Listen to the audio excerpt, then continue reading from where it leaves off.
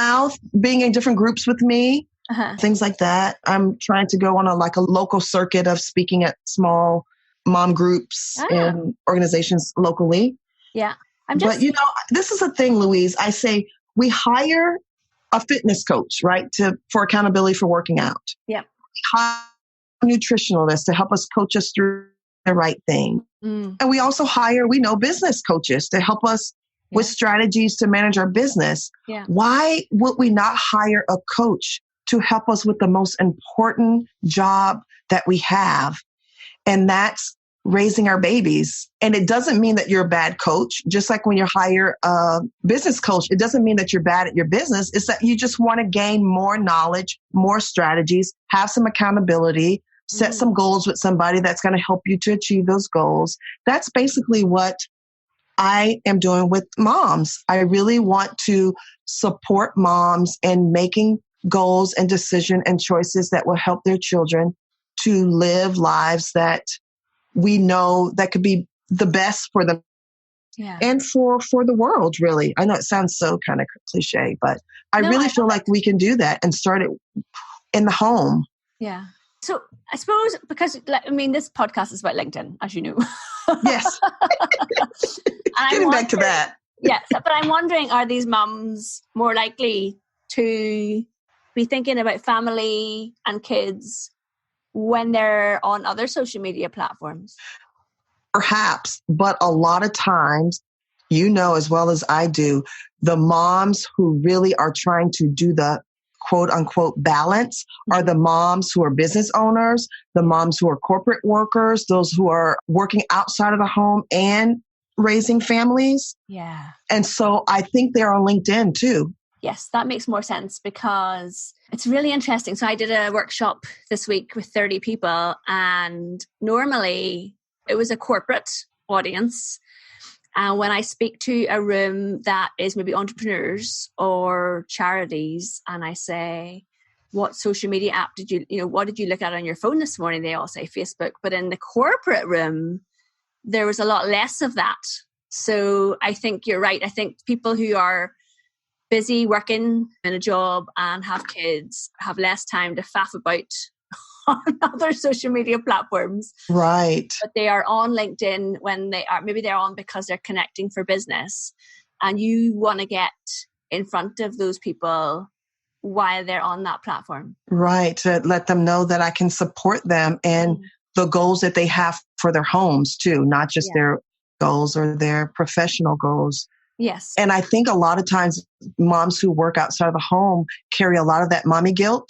Oh, yeah. When they're trying to reach that elusive idea of balance. And I think helping moms get away from trying to balance things to really just, how do we create a flow and a harmony in our lives that has ebbs and flows? Sometimes you need it more in the business. Sometimes you need it more at home, but there's no guilt about it. You just go where you're needed. And to have that support to help you create goals around what kind of children do I want to raise? What do I want to put into my children so that in the back end, I'm raising children who are kind, compassionate, independent, free thinkers, culturally, socially responsible. That the idea of social justice and being socially conscious, it's different based on your family goals. Mine could be that we are very passionate about the environment.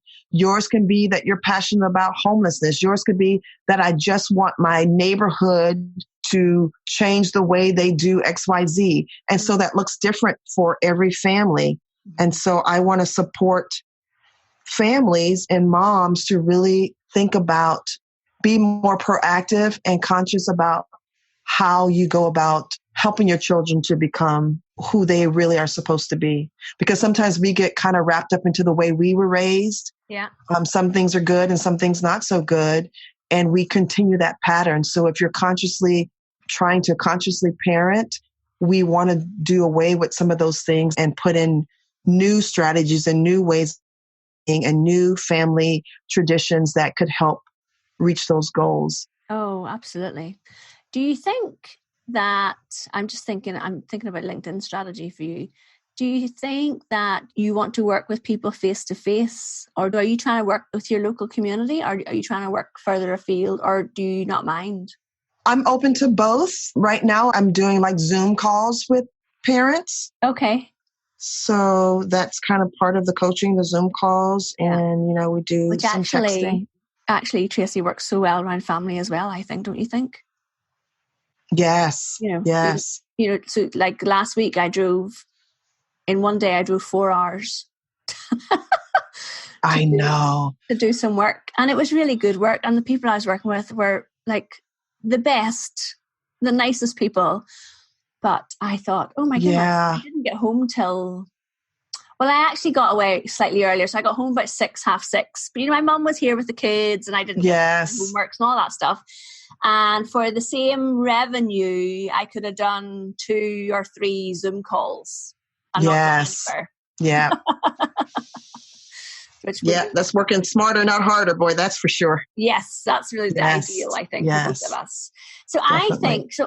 In terms of LinkedIn, I could totally, Jeff Weiner, who's just transitioning out of being CEO, like you and I, I tagged you on this. He's talking really about, he wants to focus on this as well, doesn't he?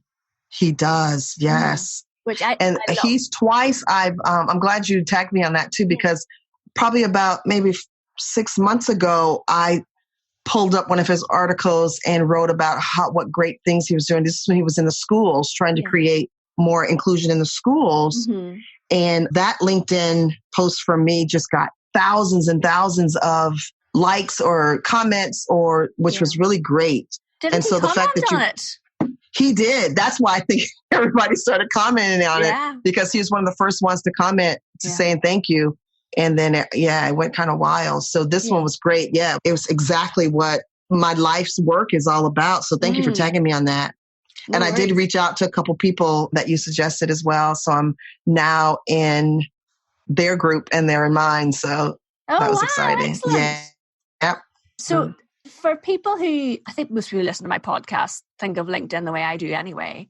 But in case somebody's new to the podcast, LinkedIn is not your corporate stuffy platform. And I think the people on there, what I love about it is that the people I'm connecting with on there have really interesting conversations and really interesting discussions. And I think you fit right in there with that. Great. Thank you. And I think that is really where you could really make a massive impact but Traci, you've got to start writing more. Yes. Louise, you know what my issue was? I was starting to do that. And then when I stepped back to say, where am I really going with this? What do I really want to do? What is my heart really telling me? Mm-hmm. And so then I started making a pivot from corporations and schools to families. This is partly of why I need your help too. I wasn't sure how to make that pivot on LinkedIn. Mm-hmm. Like, I wasn't sure if I should just start writing about families and parenting, even though my articles were all about corporations. So I kind of got paralyzed in that. And so then I just kind of stopped showing up. Yeah, no, I think that I would pivot. I would start talking to the people that you want to help most. I suppose for me, Traci, the fact that you have your background at the university and the fact that you haven't just turned up out of the blue and decided this is something you're going to get into. You have this entire back catalogue of working in this space, whether it's in education.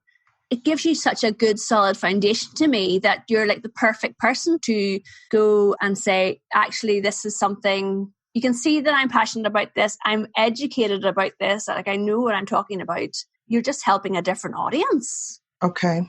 So I'd be interested, because I was like looking at your profile before we came on. Uh-oh. You haven't got a huge network at the minute, which actually works in your favor, because what I would be doing would be strategically connecting with people who are talking about the same kind of interests that you're talking about. Okay. And connecting with, we put this podcast out, for example. The people who comment underneath it are the people who are interested in what you're saying. Okay. And I would be reaching out to people like that. But also, being really consistent in starting conversations around these topics, just the way we're talking about them now, in your post updates, but also writing some good articles. Okay. And being, when I say consistency in writing articles, I mean, the last article I wrote was in December, and I really want to write one now because to me that's too long since I've done one. Okay. It's just been busy, which is everybody's excuse. Yeah. But I would ideally like to write an article a month for LinkedIn. Okay. But I post on there the post updates. I'm probably doing that every day. And I'm picking topics. So because my focus is on LinkedIn and teaching people how to use LinkedIn, I'm picking topics that people want to know about. Right. So like the podcast going out before this episode is all about, should you pay for LinkedIn Premium or not? Which these are the questions that people are asking me all the time. So it's all about listening out for what are the questions. Now, when you go and speak at these local mums groups, it's the questions that people are asking you over and over again. You can turn those into post, like status updates by opening up the conversation on LinkedIn about this and slowly and steadily growing your network to the people who are interested in this as well.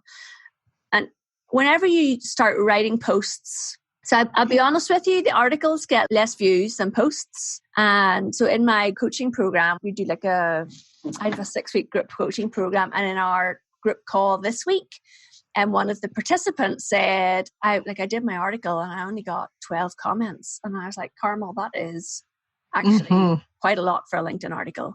And you shouldn't expect the same number of views or comments on an article as you would get in your status updates. And I think that when you have the articles there, so people start clicking on your profile to find who is this Traci Baxley? And then they go and read your articles. Whereas, why do they click on your profile? Because they've either seen the conversation you're having on there or they've seen you comment on somebody else's stuff. Your headline is so important. You want your headline to really just click on somebody's head. They go, I need to know more about this lady, who she is and what she does. Okay. And then they can go into your profile and they can see your whole background. They can see that you've got substance with your articles, but they're not going to get through to the articles unless they've seen the conversations that you're having or that you're involved in the first place. Okay. Does that make sense? Yes, it does. Yes. Do you think, so I find this really cool. It's like you call them mind maps, and this really cool online website called Coggle. I don't know if you know it. It's like a whiteboard online, and I stick in the middle podcast topics, and then you just click little plus signs and fire out loads of ideas for podcast episodes. I'm like slightly obsessed with it. I keep making new Coggles. Yeah, no, I could find myself obsessed with that. I have a Post-it note obsession, so I can see that Coggle would be a great way to do that on the go. And then you can print them out and put them on your wall. Nice. But so I now have a Coggle for podcast topics and a Coggle for, I think Coggle should sponsor my podcast, a Coggle for blog topics. So if I get to March, I'm like, oh gosh, I promised Traci I would have an article written in February. I'll go to my Coggle and there's like literally my brain splatter all over this Coggle. These are the topics people are asking you about continually, Louise. And then my idea is that I'm going to tick them off as I go so that you don't ever run out of things to talk about. Yes, I love that idea. Yeah. But as well as posting your own updates, it's getting visibility on LinkedIn by joining in other people's conversations too. Okay. So you can search for, so hashtags on LinkedIn, you can follow hashtags on LinkedIn. So there might be hashtags. What would the hashtags be, I wonder, for this? We'd have to do a little bit of investigating. Yes. Okay, I will. So when you connect with people, their posts appear in your news feed. But when you follow particular hashtags, other people who you maybe aren't connected to, their posts would also appear in your feed. And that gives you a great opportunity to go in and join conversations on those hashtags. Okay. So it's all about really raising your visibility, but also like the articles definitely show that you know what you're doing, that you are the expert that you are. And Okay. people will go off and read those. And how people reach out to me on LinkedIn, Tracy, is that they send me messages in the inbox.